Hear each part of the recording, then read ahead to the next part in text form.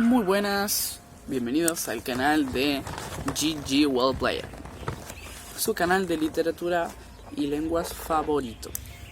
Hoy tenemos para ver 4 temas que me parecen muy buenos para hablar sobre ellos, comentar las definiciones, comparaciones, etc. Me parece un muy buen día.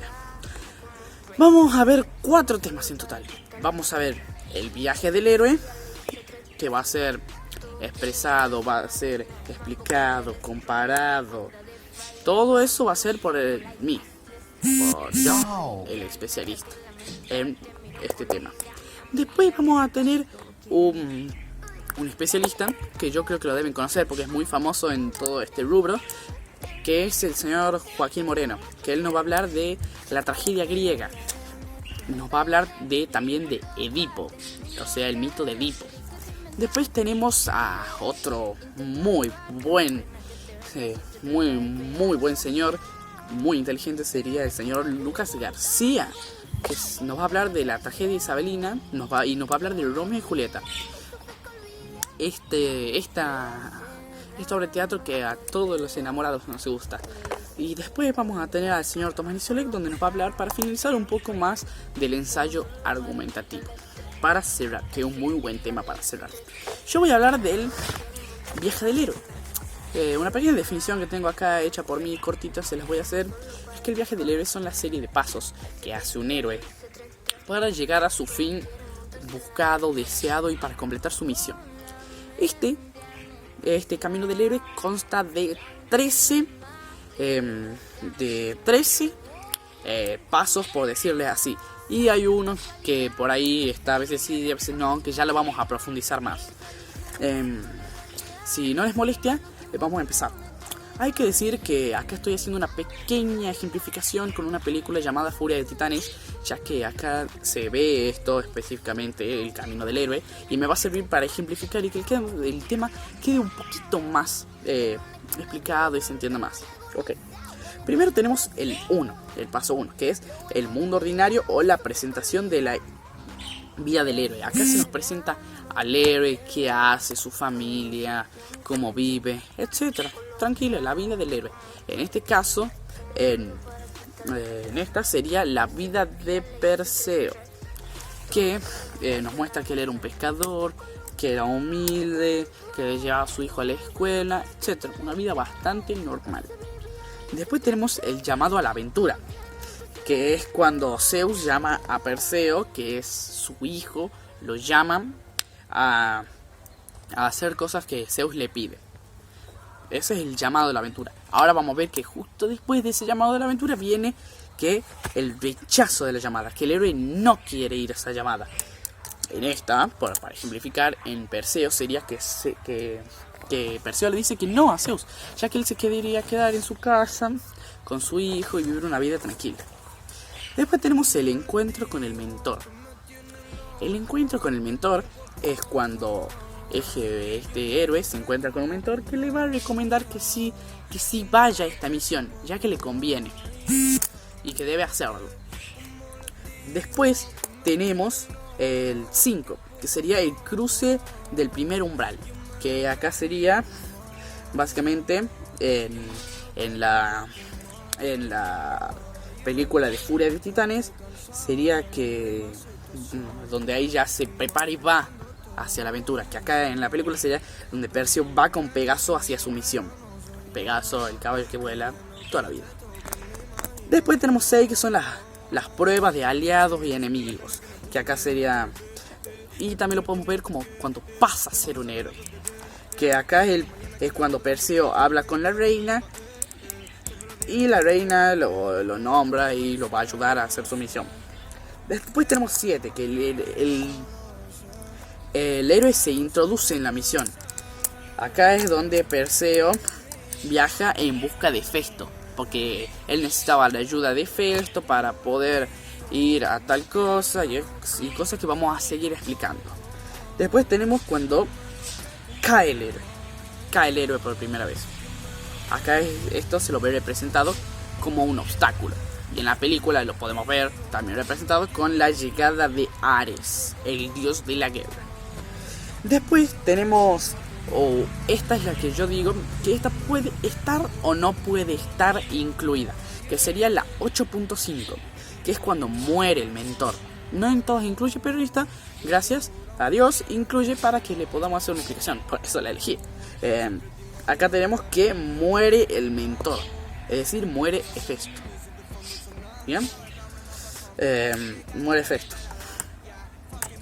Después tenemos que el héroe se levanta, ya que está caído el héroe, como ya vimos, pero acá es donde el héroe se levanta, que es que Perseo lo encuentra a Zeus. Acá se lo ve representado donde básicamente es que se levanta el héroe, pero acá en la película lo vemos representado cuando se encuentra con Zeus. Después tenemos la prueba suprema, que sería como una prueba final antes de la batalla decisiva. Acá tenemos que será la pelea con Ares. O sea, es la pelea decisiva, pero en esta película es la pelea con Ares de Perseo, donde sale victorioso. Por poco. Después tenemos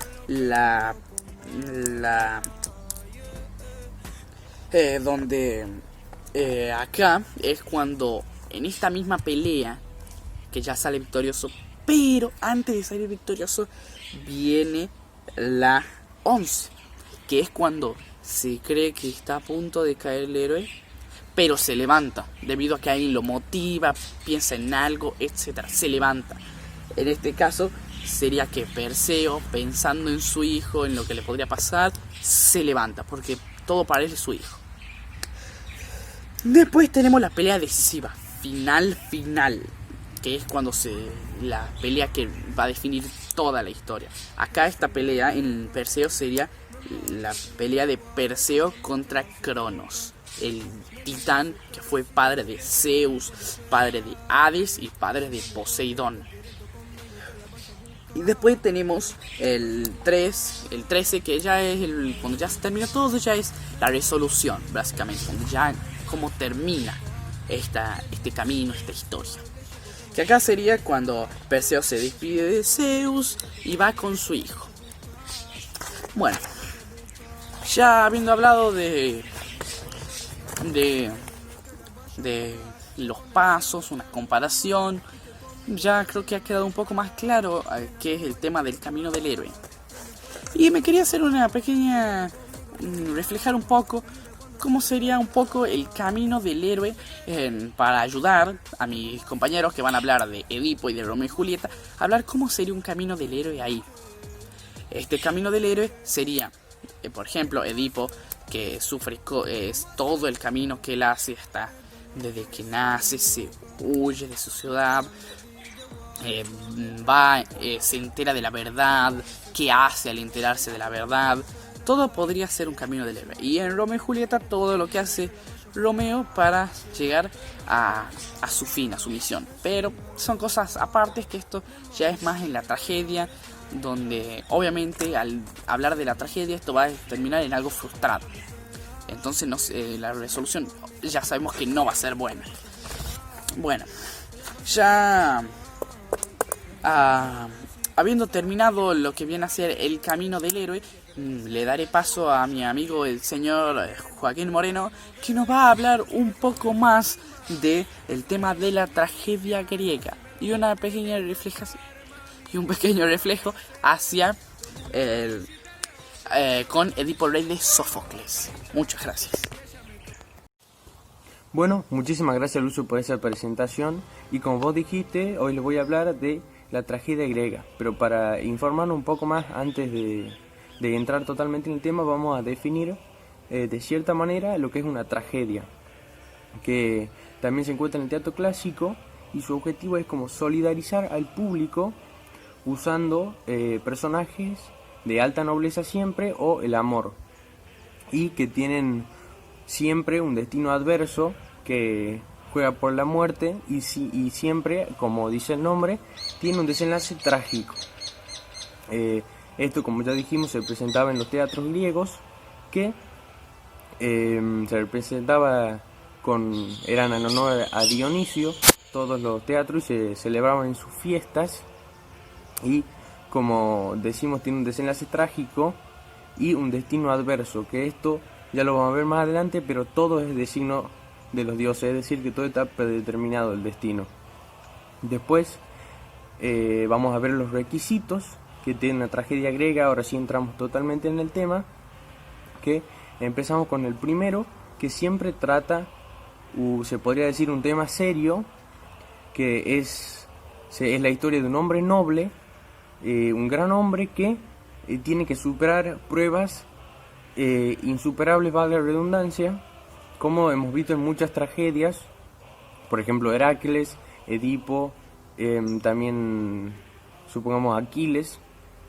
Después, el segundo requisito es que el protagonista debe ser siempre una persona de cierta clase social, no solo un individuo común. Por ejemplo, en Heracles vemos que él es un semidios, es decir, hijo de un dios y un mortal. Después vamos con el tercer requisito, que es que siempre las cosas que pasan o los incidentes, siempre, como dijimos anteriormente, son predeterminados. Es decir, que están designados por los dioses, y que aunque el hombre haga todo lo que pudiera para evitar que pasen, siempre van a terminar pasando, porque los dioses los designaron y así necesariamente va a pasar. Después, el cuarto requisito es que despierta emociones fundamentales, por ejemplo la ovación y el temor. Hay que recordar que esto era representado en un teatro en la antigua Grecia, y el público siempre tenía emociones, que es lo que transmite básicamente el teatro. Después vamos con el quinto requisito y el último, que dice que siempre tiene un final trágico, como dice el nombre, donde el protagonista es derrotado, pero antes hay una purificación, se podría decir, lo que se llama precisamente catarsis, que es una purificación que tiene el personaje, donde se demuestra que él tiene una debilidad. Por ejemplo, esto lo vemos en Edipo, que ya después lo vamos a profundizar un poco más. Lo vemos en Edipo cuando él se arranca los ojos al darse cuenta de que había tenido un hijo con su madre y había terminado matando a su padre, y se exilia luego de esto. Esa sería una purificación que realiza él mismo. Y ahora, después de estos 5 requisitos que vimos, vamos a tratar de relacionar estos requisitos y deducir qué historias son tragedias griegas que se sabe, pero vamos a como reforzar estas tragedias, que son escritas la mayoría por Sófocles, que era un gran, supuestamente, diríamos, escritor de la Grecia antigua, y que después de un largo tiempo de donde se perdió la escritura, Sófocles escribió y se pudo rescatar un poco más de ese tiempo donde no había casi escritura. La primera, como ya dijimos, como dijo Lucio también, la primera relación que vamos a hacer es Edipo-Rey, que vamos a hacer comparando los requisitos y viendo si esto realmente cumple todos los requisitos para ser tragedia griega. Ya vimos antes un poco comparando, pero vamos a ver un poco más a fondo. Primero, que el primer requisito dice que trata un tema serio, que es la lucha de un hombre noble y grande que tiene que superar pruebas. Esto se puede ver, por ejemplo, se ve poco, pero se ve que eso cumple el requisito, que es cuando Edipo se encuentra a la Esfinge y la Esfinge le hace un acertijo, que eso hacía con todos los viajeros, pero nunca nadie había podido responder exitosamente el acertijo. Lo responde bien, Edipo responde bien el acertijo, así matando a la Esfinge, y esto se puede decir que era una prueba insuperable, debido a que nadie antes lo había logrado y se consideraba imposible. Después vamos a ir con el segundo requisito, que es que el protagonista es de una cierta clase social y no es un individuo normal. Como sabemos y como dice el mismo título de la historia, Edipo Rey era un rey, era el hijo también de un rey, y que no era un individuo común debido a que era el rey de Tebas, y que, bueno, eso, era un hijo del rey, estaba casado con su madre, que también fue una reina anteriormente, y actualmente me refiero a en el transcurso de la historia siempre fue un rey y no fue un individuo común. Después vamos al cuarto requisito, que es que esto da al público ciertas emociones fundamentales como serían la ovación y el temor. Esto lo podemos ver, por ejemplo, cuando vence, por así decirlo, a la esfinge Edipo, poniendo bien su acertijo. Esto acá podemos ver que supuestamente debería al público darle una sensación y una emoción de ovación hacia Edipo. Luego vamos por el quinto y último requisito, que dice que el final es trágico y también que hay una purificación o catarsis que descubre la debilidad del protagonista. Esto lo podemos ver con el primero, decimos que el final es trágico. Esto lo podemos ver porque Edipo se termina arrancando los ojos y se da cuenta de que él había matado a su padre y había tenido hijos con su madre. Después, la purificación, como ya dijimos, era que él se arranca los ojos por su propia mano, es decir, por su propia voluntad, y que se exilia. Esa sería para él la purificación que hizo como para compensar lo hecho anteriormente, que ya dijimos, que es que él había matado a su padre y había tenido hijos con su madre. Ahora vamos a relacionar estos requisitos con otra historia que es también muy conocida, que es la de Heracles o Hércules. Primero vamos con valga la redundancia, con el primer requisito, que es un tema serio y que un hombre lucha o se enfrenta contra pruebas insuperables.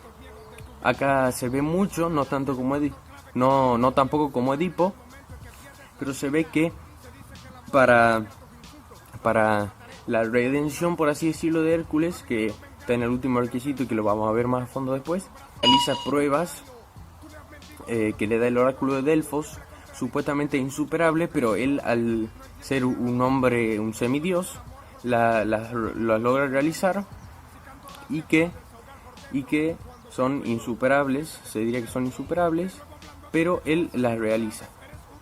Después, el segundo requisito, que es que el protagonista no es un individuo normal, ya lo dijimos antes, que es que él es un semidios y por ende no entra en la definición, por así decirlo, de un hombre normal.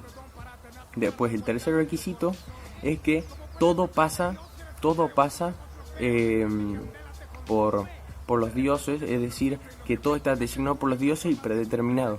Esto se ve porque supuestamente él era un inmortal, pero su esposa, sin querer, lo cubre con una manta de centauro que era venenosa y se termina prendiendo fuego y muriendo. Esto da a conocer que todo lo que pasa es designo de los dioses y que todo ya está predeterminado y que va a pasar necesariamente. Después, que despierta emociones como la ovación y el temor. Acá podemos ver parecido a Edipo, que despierta la ovación cuando él realiza una prueba, por ejemplo, cuando saca a Cerbero de los infiernos. Después vamos con el quinto requisito, que es que al final siempre es trágico y el protagonista es derrotado, como ya vimos anteriormente, pero antes se realiza una purificación. En este podemos ver que está relacionado el primer requisito con el quinto, porque las pruebas son la purificación que debe realizar Hércules para, por así decirlo, compensar los hechos que había realizado, que había matado a sus hijos, y por esto él realiza las pruebas que le había dicho el oráculo de Delfo para poder purificarse y para poder él redimirse, por así decirlo, y como dijimos antes, siempre el final es trágico y su esposa, como ya dijimos, lo mata poniendo una manta de centauro que lo termina quemando y Hércules termina muriendo. Bueno, hasta acá es el pequeño análisis de la griega y ahora vamos con Lucas García, pero mejor ya lo va a presentar Lucio. Muchas gracias, señor Moreno, por habernos explicado más a fondo lo de la tragedia griega y explicarnos y hacernos entender un poco más y conocer un poco más. Bueno, una vez vista la tragedia griega, que la explicó muy bien para ser cierto y creo que se merece un aplauso, vamos a seguir con la tragedia isabelina, que es un muy buen tema para explicar, muy icónico. Vamos a ver obras muy conocidas como Romeo y Julieta y va a ser explicada por un muy buen señor, muy estudioso, muy aplicado y sobre todo muy inteligente. Y les dejo acá con Lucas García, que nos va a explicar la tragedia isabelina. Muchas gracias, Lucio. Yo lo que voy a hacer es voy a explicar tragedia isabelina. La voy a caracterizar, la voy a relacionar con Romeo y Julieta y les voy a dar un breve resumen de Romeo y Julieta para que puedan entender. Bueno, tragedia isabelina es una tragedia que fue escrita en el reinado de Isabel I. ¿Qué es lo que se destacó en este reinado? Se lo denomina el siglo de oro, ya que se desarrolló el renacimiento inglés y el florecimiento de la música, la poesía y la literatura. Bueno, en este reinado se destacó el teatro, hacían fiestas en el teatro, y en el teatro se destacó William Shakespeare, el autor de Romeo y Julieta. Bueno, William Shakespeare era un autor que nació en una familia adinerada, tuvo una buena educación, pero no fue a la universidad. Se casó con su esposa y tuvo un hijo y se fueron a vivir a Londres. Ahí es donde comienza su carrera teatral y vemos que tuvo un gran éxito. Los caracteres de la tragedia isabelina les voy a nombrar y de paso lo vamos a relacionar con tragedia griega, que antes nos definió y nos caracterizó mi compañero Joaquín. Bueno, tragedia isabelina está destinado a un público indiscriminado, cosa que en tragedia griega va a un público selecto. Tragedia isabelina posee libertad de acción y en tragedia griega tiene requisitos. En tragedia isabelina no respeta las unidades gramaticales, que son el lugar, el tiempo y la acción. En la tragedia griega sí las respeta. En la tragedia isabelina la acción se puede desarrollar en más de un día. En la tragedia griega generalmente se desarrolla en un día. En la tragedia isabelina en una escena puede haber muchos personajes, cosa que en la tragedia griega hay pocos. Después en la tragedia isabelina presenta cuestiones pavorosas con respecto al destino del hombre, del personaje. En la tragedia griega los dioses en realidad rigen el destino del hombre. Y en la tragedia isabelina es antropocéntrica y en la tragedia griega es politeísta. Como bien entendemos, la tragedia griega se relaciona con todos los dioses. Bueno, Romeo y Julieta, primero le voy a hacer un breve resumen para que puedan entender y después lo vamos a relacionar con tragedia isabelina. Bueno, comienza con dos familias, los Capuleto y los Montesco, que estaban peleados. El príncipe les dice que ya no pueden haber más discusiones y que paren. Luego de esto, el príncipe le pide al señor Capuleto la mano de su hija Julieta. Y para esto y el señor Capuleto acepta, entonces hacen una fiesta. Romeo con su primo Membolio y con Mercucio deciden infiltrarse en esta fiesta. Allí es donde conoce a Julieta y se enamora perdidamente. Teobaldo se da cuenta de esto y se enoja mucho. Al terminar la fiesta, Romeo se encuentra con Julieta, le escucha hablar y se da cuenta que era el amor para toda la vida. Entonces le pide matrimonio. Cuando la escucha a Julieta, le pide matrimonio. Al día siguiente, el fray Lorenzo los casa porque veía que era una buena oportunidad para consolidar a estas dos familias. Entonces los decide casar. Luego de esto, Romeo estaba con Mercucio y con Benvolio en una plaza de Verona, que es donde ocurrieron todos estos sucesos, y se cruzan con Teobaldo. Teobaldo decide pelear y mata a Mercucio. Luego de esto, Romeo mata a Teobaldo. El fray Lorenzo le sugiere escapar, ya que le iban a dar pena de muerte. Entonces, Romeo escapa. Pero antes de esto, va y visita a su amada Julieta. El príncipe decide el destierro de Romeo y luego de esto el príncipe le pide al señor Capuleto la mano de su hija. El señor Capuleto acepta y todos se iban a casar. Cuando Julieta se entera de esto, ella no quería, entonces el fray Lorenzo le sugiere una idea, que era que fingir la muerte. Iba a tomar un veneno que la iba a adormecer por 48 horas. Entonces iba a fingir la muerte. Luego de esto, él le iba a avisar a Romeo por medio de una carta y se iban a escapar los dos juntos.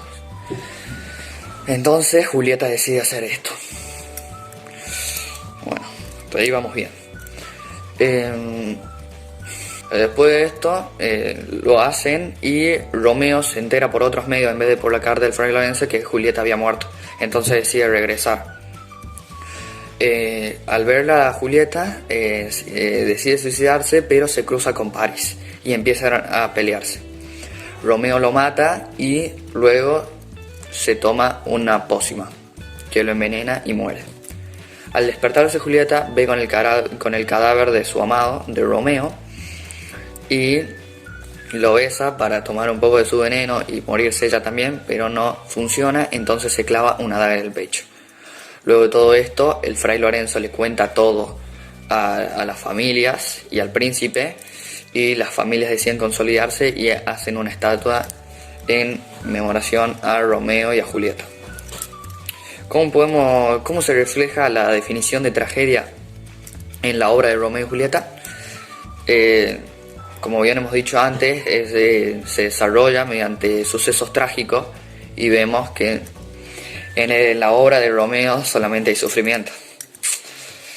Y luego termina con un desenlace trágico también por parte de los protagonistas, que es el suicidio de Romeo y Julieta. Muchas gracias, Lucio. Hasta acá termina. Qué bien que explica el señor Lucas. Yo les dije que explicaba bien. Una vez finalizada esta hermosa explicación de Lucas García, vamos a tomar un descansito, vamos a relajarnos y vamos a tomar un vasito de agua. Ahora vamos a pasar con el señor Tomás Nicelo, que nos va a explicar un poco más lo que sería el ensayo argumentativo. Nos va a deleitar con sus conocimientos y nos va a decir una explicación al pie de la letra, y una muy buena explicación.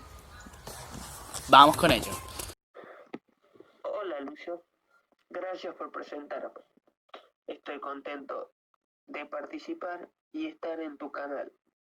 La verdad, siempre quise estar aquí. Para escribir un ensayo necesitamos 3 simples pasos. El primer paso para escribir un ensayo es antes de escribir. Este se divide en 3 características.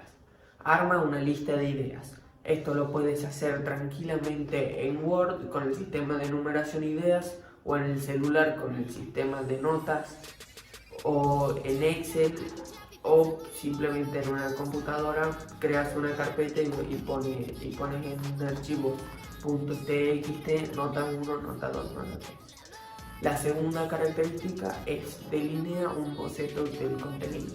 De esta característica no tengo mucho que hablar, ya que te lo dice el propio nombre. La tercera característica es escribir un primer borrador sin esperar a que sea perfecto, porque obviamente es un borrador y no debe ser perfecto. Lo recomiendo hacer en Word, ya que ahí lo puedes editar, o sea, corregir más fácil, y ya que si lo haces en hoja tienes que esperar su tiempo.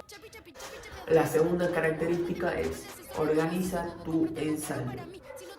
Todo ensayo consta de 3 partes básicas: la introducción, el nudo o cuerpo y la conclusión.